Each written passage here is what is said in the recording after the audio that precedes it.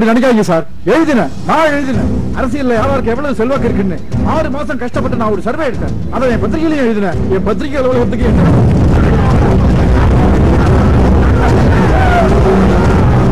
எடுத்து போறது பத்திரிகை ஆபீஸ் மட்டும் சார். 3 அப்பாவி தொழிலாளிக்க பரிதாபமா இருக்கு, சாம்பல் ஆயிட்டாங்க சார். யாரை தூண்டி விட்டு அது நடந்துச்சு, யாராவது அதுக்கு காரணம் சொல்லிட்டு ஆதாரங்களோட கம்ப்ளைண்ட் பண்ணோம். அத்தனை வீடியோல பொய்யா இருக்கு சார். அதை உட்கார்ந்து வெங்கடேஷ் அவர் தான் அன்னைக்கு மதுரையில கமிஷனர். ஏதாவது நடவடிக்கை எடுத்தாரா? ஒரு எஃப்ஐஆர் போட்டாரா சார்? நாட்டுல கடவுளை நம்பாதவன் கூட காக்கி சட்டை நம்புறா சார். சட்டத்தை காப்பாற்ற வேண்டிய நீங்களே கிரிமினல்ஸுக்கு சப்போர்ட்டா இருந்தா எப்படி சார்? நான் என்ன சார் பண்ண முடியும்? பிரஷர் சார், பிரஷர் மேல நடத்துறது பிரஷர். பிரஷர் ஓத மாதிரி குதிக்கிறீங்களே, உங்களுக்கு பிரஷர் கொடுத்தவன் யாரு சார்? பெரிய கொம்பளா? ஐபிஎஸ்க்கு துப்பாக்கி இடுப்புல இருந்தா பத்தாரு சார். எங்க இருக்கு சார்? நான் செஞ்சேன் சார், நான் செஞ்சேன். சேலத்துல போலீஸுக்கு பொதுமக்களுக்கு சும்மா சொப்பனமா அந்த ஒரு ரவுடிய என் உயிரை பணையை வச்சு பிடிச்சு கொண்டு வந்து கோர்ட்ல நிறுத்தினேன் சார். அப்ப அத்துசுங்கருக்கு உண்டான அத்தனை ஆதாரத்தையும் கொண்டு வந்து ஒப்படைச்சேன். அதான் உட்கார்ந்து இருக்காரு நீதிபதி ரத்னவேல் ஐயா. அவர் தான் அன்னைக்கு சேலத்துல மேஜிஸ்ட்ரேட்டா இருந்தாரு. என்ன செஞ்சாரு, என்ன செஞ்சாரு நீங்களே கேளுங்க சார்.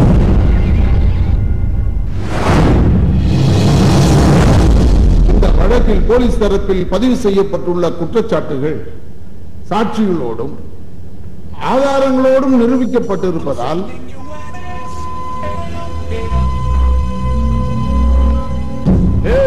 காளிதாசுக்கு தீர்ப்பு எழுத போறியா? எழுந்து சரியா எழுதி உன் குடும்பத்துல 2 வட்டை குறைச்சிக்காத, காலி பண்ணிருவேன்.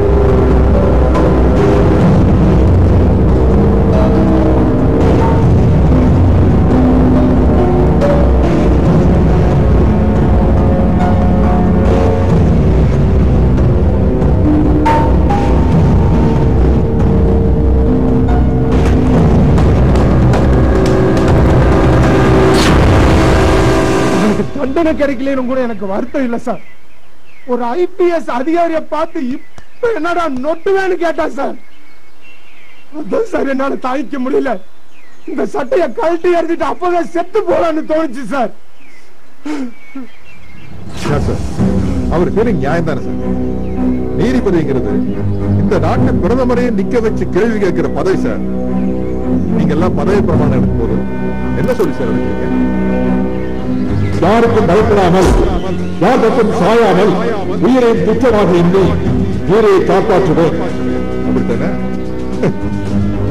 அது மாதிரி சரிங்களா சார்? சொல்லுங்க சொல்லுங்க சார். நீங்க சொல்றதெல்லாம் புரியுது. ஆனா சட்ட புஸ்தகம் தான் எங்க கையில இருக்கு. சட்டம் அரசியல்வாதியின் கையில இருக்கு. நாங்களாம் சுதந்திர நாட்டின் அடிமைகள் சார். எங்களுக்கெல்லாம் வாய் தான் இருக்கு, வாய்மை இல்லை. மொத்தத்துல என்ன சட்டம் ஒரு இருட்டறையாத்தான் இருக்குன்னு சொல்றீங்க? ஆமாங்க, தெரிஞ்சே நாங்க நீதிக்கு தண்டனை கொடுத்துக்கிட்டு தான் இருக்கோம். நல்லா இருக்கு, ரொம்ப நல்லா இருக்கு சார். சாரு எப்படி சிரிக்கணும் சாரு? நீங்க ஒரு ஐஏஎஸ் ஆபீசர் அல்ல? ஐஏஎஸ் ஆபீசர் யாரு? ஆற்றால் என் கார் கதவை திறந்து விடுறாங்க அப்படின்னு ஒரு அமைச்சர் திமுறா பேசுறாருன்னா அந்த திமுறம் தெனாவிட்டு எங்கிருந்து சார் வந்துச்சு? பிஞ்சி போனா 5 வருஷம் பதவியில் இருக்கிறவன் உங்களை இப்படி சொடுக்கு போட்டு கூப்பிடுறானே சார். ஒவ்வொரு அரசியல்வாதிக்கும் பின்னால அவனுடைய கட்சி மாத்திரம் இல்ல, ஒரு பெரிய ரவுடி கூட்டமே இருக்கு. அவங்க வீட்டு நாயை தொட்டா கூட எங்க வீட்டுல உள்ள யாருக்காவது கொண்டு வைக்க வேண்டியது. அதுக்கப்புறம் நாங்க எல்லாத்தையும் இழந்துட்டு உங்களை மாதிரி காட்டுக்குள்ள அனாதை நிக்கணும் சார். நீங்க எல்லாரும் இப்படி சொல்லுவீங்கன்னு எனக்கு நல்லா தெரியும் சார். உங்க பலம் என்னன்னு தெரிஞ்ச எனக்கு உங்க பலவீனம் என்னன்னு தெரியாதா? உங்க குடும்பம், குழந்தைங்க, அதானே? உங்களை கடத்தின அந்த நிமிஷத்துல இருந்து உங்க ஒவ்வொருத்தர் வீட்லயும் எங்க போராளிகள் 5 பேர் பாதுகாப்புக்கு இருக்காங்க. சந்தேகம் இருந்தா உங்க வீட்டுக்கு பேசி பாருங்க.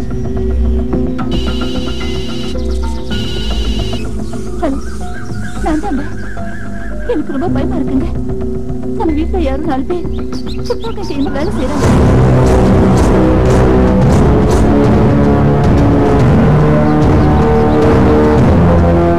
பயப்பட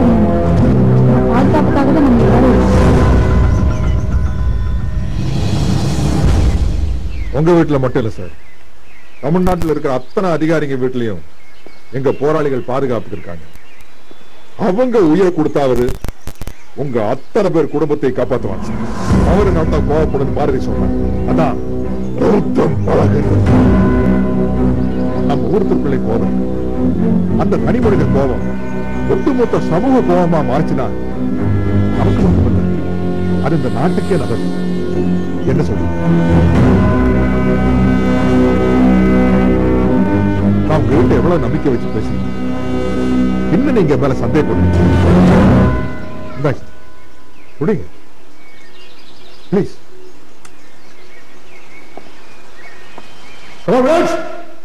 எல்லாரும் கையில் துப்பாக்கி கொடுங்க.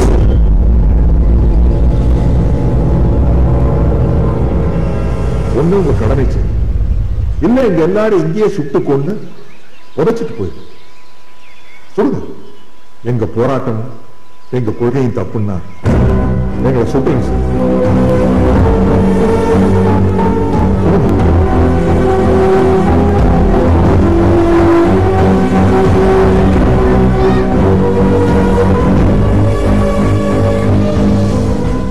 இந்த செகண்ட் நீங்க தான் எங்களுடைய தலைவர். ஐயோ, தலைவன் கிளைவன் பெரிய வார்த்தையில சொல்லாதீங்க சார். நாடு நல்லா இருக்குன்னு நினைக்கிற ஒரு சாதாரணமான தமிழன், அவ்வளவுதான்.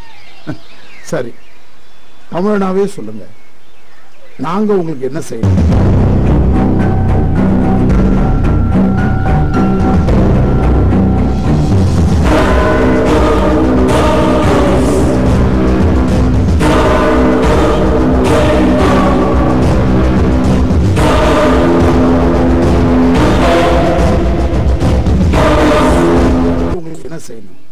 அரசியல்வாதிகளோட பலம், அவங்களுடைய வலது கை, இடது கை, அள்ளக்கை, நொள்ளக்கை எல்லாம் அவங்களோட இருக்கிற ரவுடி பசங்க தான் சார்.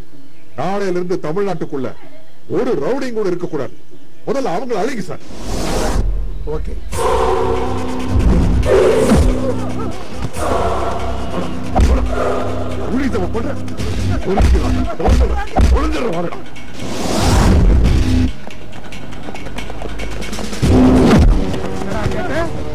என்ன கேட்ட? அன்னைக்கு நீ கேட்டல, இன்னைக்கு நாம் பாரா.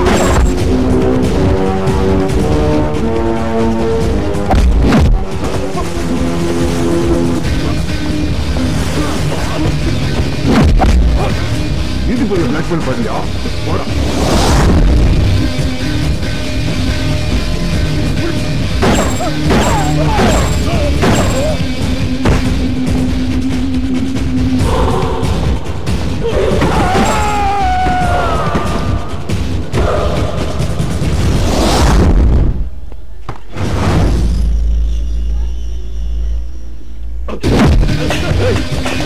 ஒளிஞ்சிருந்தா தெரியாது நினைச்சியா? போடா, என்கவுண்டர்ல போடுறோம்.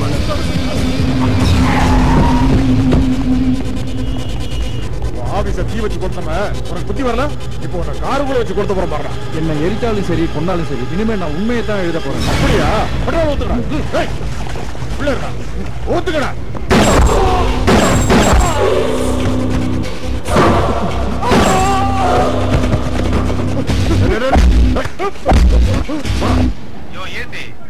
என் தம்பி ஆதியத்துக்கு அரெஸ்ட் பண்ணி வச்சிருக்க. நான் யாரு தெரியுமா? ஐயா, அமைச்சர் ஏகாம்பரத்தோட ரைட் ஹேண்ட், வட்ட செயலாளர் சுருளி. சனியனை தூக்கி பனியனுக்குள்ள போட்டுக்கிற. இன்னும் கொஞ்ச நேரத்துல எங்க அமைச்சர் போன் பண்ணுவாரு. சார் சார் சார், அவசரப்படாதீங்க. இதுக்கு போய் அமைச்சர் எதுக்கு எனக்கு போன் பண்ணணும்? நீங்க யாரோட ஆளுன்னு தெரியாம எஃப்ஐஆர் போட்டாங்க. ஒரே ஒரு தடவை அமைச்சர் ஜட்ஜ் ரத்னவேல் சாருக்கு போன் பண்ண சொல்லுங்க. எல்லா பிரச்சனையும் லீகலா சால்வ் ஆயிடும்.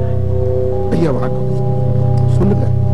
ஒண்ணு இல்ல, ஊர்ல இருந்து வட்ட செயலாளர் தம்பி ஏதோ கொலை கேஸ்ல போலீஸ் பிடிச்சு உள்ள போட்டிருக்கு. ஒண்ணுதானே? ரெட்ட கொலை. அந்த கேஸ் நாளைக்கு உங்ககிட்ட தான் வருது. அத பார்த்து தள்ளுபடி பண்ணி பையனை விட்டுருங்க. ஐயா, பழக்கப்படி வசனம் எழுதுறது நீங்க, வாசிக்கிறது தானே நாங்க. ஐயா, நீங்க சொன்ன மாதிரியே நாளைக்கு நான் சொல்லிடுறேன். பாத்துக்குங்க. போட்டு தள்ளின கேஸுக்கு உங்க பவர் காட்டி பெட்டி கேஸ் ஆகிட்டீங்களே. நம்ம இலாக்கா பூரா இருந்தாலும் உங்க வாய்ஸ் பவரா தான் இருக்கு. ஜட்ஜி, நம்ம ஜாதி கரையா? குற்றம் சாட்டப்பட்டுள்ள ஆதி கடந்த 3 வருடத்தில் செய்துள்ள 9 கொலைகளும் 4 கற்பழிப்பு 3 ஆள்கடத்தல் வழக்குகளும் சந்தேகத்திற்கு இடமின்றி நிரூபிக்கப்பட்டுள்ளதால் ரயிலில் வர முடியாதபடி குண்டர் தடுப்பு சட்டத்தில் சிறையில் அடைக்கும்படி இந்த நீதிமன்றம் உத்தரவிடுகிறது.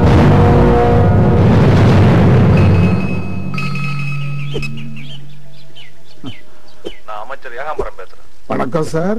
யோ, இதுவரை நாங்க எழுதின தீர்ப்பத்தான் நீங்க வாசிச்சுட்டு இருந்தீங்க. இன்னைக்கு மட்டும் என்ன புதுசா கொம்பு முளைச்சா? ஆமா, கோம்புதான் முளைச்சிருக்கு. ஃப்ரீயா இருந்தீங்கன்னா மாட்டு பொங்கல் அன்னைக்கு வந்து என் கொம்புக்கு பெயிண்ட் அடிச்சு விடுறியா? கோர்ட்ல உட்கார்ந்து இருக்கிற ஓம் பதவி பெருசா, கோட்டையில உட்கார்ந்து இருக்கிற ஏன் பதவி பெருசான்னு பாத்துருமா? சும்மா சவுண்ட் விடாதையா. கோட்டு போட்டவங்க கோடை நினைச்சியா? வெளியே தான் பிளாக் கோட், ஆளு பிளாக் பெல்ட். எப்படி நம்ம எதுக்கு எதுக மோன எல்லாம் நல்லா தான் இருக்கு. எதிர்த்து அடிச்ச தாங்க மாட்டேன். ஒத்திக்கிட்டு போன வை. நான் சட்டப்படிதான் தீர்ப்பு சொல்லியிருக்கேன். உனக்கு ஜாதியை விட சட்டம் பெருசா போச்சா? ஆமா ஐயா, இத்தனை நாளா நீதி தேவதை கண்ணை மட்டும் இல்ல எங்க கண்ணையும் கட்டி தான் வச்சிருந்தீங்க. இப்ப ஒருத்தர் திறந்துட்டார். யாரு யாரு யாரவன்? போஸ், சந்திர போஸ்.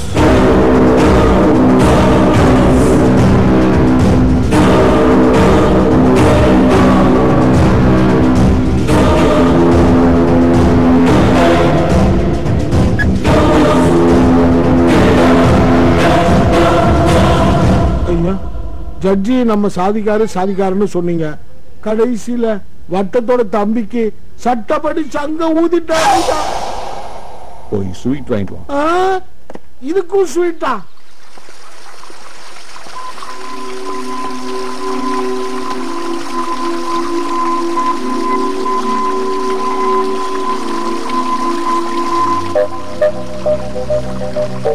நாமெல்லாம் போராளி நெருப்பா இருக்குமே தவிர இவ்வளவு நெருக்கமா இருக்க கூடாது. அத நீ சொல்றியா? கையில கத்தி வச்சிருக்க, கத்தி கொன்னுடுவேன். என்னை கொல்வதற்கு கத்தி எதற்கு? உன் கண்களை போடுமே.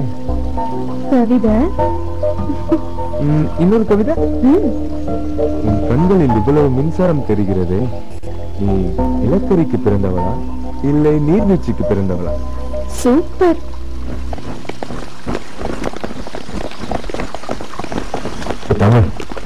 ஒரே கவிதை சொல்றேன். போதும் தங்கராஜ். சரி விடு, எவ்வளவுதான் போடுது. இந்த மாதிரி ஆனா நிறைய திறமைகள் இருக்கு.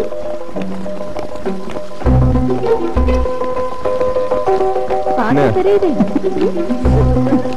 இங்க போர் அடிக்குது, அது போலாமா? அங்க வேணாம், இங்கே இருப்போம். தங்கராஜ் என்ன லவ்வா? இருங்க சார் கிட்ட போட்டு கொடுக்குற. இன்னைக்கு நீ மாட்டனடி. பூர்ணி நில்லு. பூர்ணி ப்ளீஸ் பூர்ணி தயவு செஞ்சு நில்லு.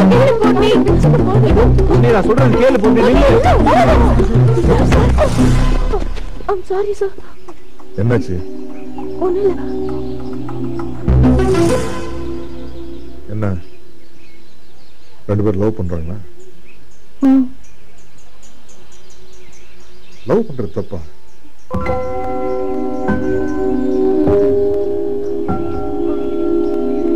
தங்கராஜ், அது யாரை பார்த்து பயப்படும்? காதலை பார்த்து எல்லாரும் பயப்படும். அது யாரை வேணாலும் என்ன வேணாலும் செய்யும். இதயத்துக்கு மூளைக்கு நடுவில் இந்த உலகம் இயங்குறதுக்காக இறைவன் போட்டு முடிச்சுட்டான். காதலுங்கிறது நல்லா தெரியும். ஏன்னா நானும் காதலிச்சு கல்யாணம் பண்ண. ஆனா நம்ம எல்லாரும் போராளிகள். நம்ம வாழ்க்கை நிரந்தரமானது. இறுதி முடிவு எடுக்கிறதுக்கு முன்னாடி ஒரு நிமிஷம் நல்லா யோசிச்சு. சார், ஒரு நாள் வாழ்ந்தாலும் ஒரு போராளியோட வாழணும்னு ஆசைப்படுறேன்.